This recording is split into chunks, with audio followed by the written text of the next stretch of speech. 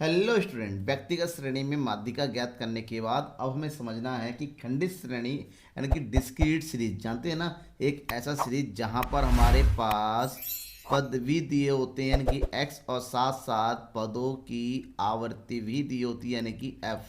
तो जब पद और उसकी आवर्तियां दोनों दी होती हैं, जैसे कि यहाँ पर देखिए क्वेश्चन भी दिख रहा है आपको, उस श्रेणी में हम माध्यिका कैसे कैलकुलेट करें। तो ध्यान में ये रखिएगा, नॉर्मली व्यक्तिगत श्रेणी में तो हमने n+1/2 कर दिया या n/2 कर दिया और बीच का पद निकाल लिया, लेकिन खंडित श्रेणी में डायरेक्टली हम ऐसा नहीं कर सकते। तो कैसा करेंगे?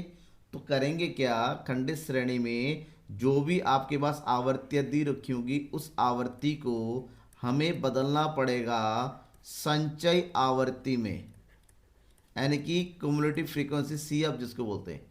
संचय आवर्ती निकलने के बाद हमारे पास जो समेसन एफ होता है यानी कि जिसको हम एन बोलते हैं, उसको 1 ऐड करके 2 से डिवाइड करेंगे। जो भी आइटम होगा उसी आइटम को हमें क्युमुलेटिव फ्रीक्वेंसी में ढूंढना पड़ेगा कि कहाँ है। जिस क्युमुलेटिव फ्रीक्वेंसी में हमारे पास ये वाला आइटम आ जाता है उसी ग्रुप को यानी कि उसी आवर्त पद को हम माध्यिका कहते हैं। कैसे कैलकुलेट करेंगे? यहाँ पर भी मतलब ये नहीं होता है कि जब हम संचय आवर्ती निकालेंगे तो उसका कुल योग यानी कि फ्रीक्वेंसी का कुल योग सम है या विषम है, हमें इससे कोई फर्क नहीं है, कोई फर्क नहीं पड़ता। हम हर बार फार्मूला n+1/2 ही यूज करेंगे। कैसे? देखिए, जैसे क्वेश्चन दे रखा है निम्न संख्याओं का माध्यिका मूल्य ज्ञात कीजिए। हमारे पास संख्या दे रखा है 10 से लेकर 18 तक और उसकी आवर्ती दे रखा है 1, 9, 26, 59, 72, 52, 29, 7 और 1। ये क्वेश्चन है। इस क्वेश्चन से हमें माध्यिका निकालना है। तो माध्यिका निकालने के लिए सबसे पहला तो उसको टेबुलर फॉर्म में कन्वर्ट करेंगे। जैसे क्वेश्चन दे रखा है ये एक्स है, ये एफ हो गया। पहला स्टेप में हमें क्या निकालना है? सी एफ, संचय आवर्ती यानी कि क्युमुलेटिव फ्रीक्वेंसी। और सी एफ निकालने का सिंपल सा तरीका है, जो पहला फ्रीक्वेंसी उसको वैसे लिखेंगे और आपस सब ऐड करते चलेंगे। तो 1 को 9 से ऐड करेंगे, 9 और 1 10, 10 को 26 से ऐड करेंगे, कितना आ जाएगा? 36, 36 को 59 से ऐड करेंगे, 9 और 6 15, 8 और 1 9, 95, 95 को 72 से ऐड करेंगे, 5 और 2 7, 9 7 16, 167, 167 को 52 से ऐड करेंगे, 7 और 2 9, 6 5 11 और 1 2, 219, 219 को 29 से डिवाइड किया, 9 9 18, 3 और 1 4, ये 2 48 और 7 से ऐड करेंगे, 8 7 15, 4 और 1 5, इधर हो गया 255 और ये हो गया 256। यानी कि यहाँ पर n बराबर कितना आ जाएगा? जो फ्रीक्वेंसी लास्ट में ऐड होके आ रहा है ना, यही हमारा इसका टोटल होगा। चाहे तो जोड़ के देख लेना आप, ठीक है ना। तो n बराबर हो जाएगा 256 और m निकालने का फॉर्मूला है m=n+1/2 आइटम, यानी कि 256 को 1 से ऐड करके 2 से डिवाइड किए, जो भी नंबर आएगा उसी नंबर पे हमारा माध्यिका होगा। कैसे? ये हो गया 256 + 1/2, ये हो गया 257/2, 2 एकम 2, 2 दूनी 4, 2 अट्ठे 16, 2 पंजे 10, यानी कि 128.5 पद हमारा माध्यिका मूल वाला। तो 128.5 कहाँ है ये ढूंढेंगे सी एफ में। तो सी एफ ढूंढने के लिए देखिए यहाँ पर 1 तक है, 1 से आगे 2 से लेके 10 तक यहाँ पर है, 11 से लेके 36 यहाँ पर है, 37 से लेके 95 यहाँ पर, क्योंकि यहाँ पर मैक्सिमम लिमिट दे रखा है। हमें 128 चाहिए, तो 96 से लेके 167 तक के सारे आइटम इस वाले ग्रुप में हैं। इसका मतलब यहाँ पर 128.5 सी एफ कहाँ पर है? पद संख्या कौन से वाले में?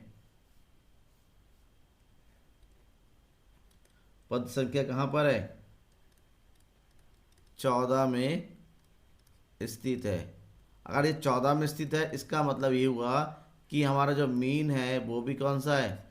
14 है, 14 है। यही हमारा आंसर। समझ में आ गया ना कि हमें केवल कैलकुलेट ही करना है कि कौन सा आइटम एम आ रहा है, उस आइटम पे उस सी एफ पे हमें पद ढूंढना है कि इस सी एफ का पद कौन सा 14 है, तो यही हमारा आंसर होगा। ये पहला है। अगर इसी में दूसरा क्वेश्चन है, जैसे कि यहाँ पर दे रखा है कि आकार दे रखा है 1 2 3 4 5 6 10 और यहाँ पर 2 7। पहले वाले में हमने देखा कि जो n आया वो क्या आया था? विषम। वहीं पर एन अगर सम होता है तो करेंगे, तब भी वही करेंगे जो हम कैलकुलेट करेंगे। सबसे पहला हमें क्या निकालना है, सी एफ। ये हो गया 2, 2 8 7 9, 9 7 16 और 1 2 26, 26 और 9 6 15, 2 4 और 1 5, 55 और 8 8 5 13, 8 और 1 9 93। ठीक है, 93 और 41 4, 9 4 13, 134, 134 और 40 कितना हो गया, 174। 30 हो गया, कितना हो गया, 204। और ये हो गया 17, 7 4 11, ये हो गया 2, 221 और 6 227। मतलब एन हमारे पास हो गया 227, जो कि विषम है। तो विषम और सम कोई फर्क नहीं था, एम बराबर हो जाएगा n+1/2 वा पद।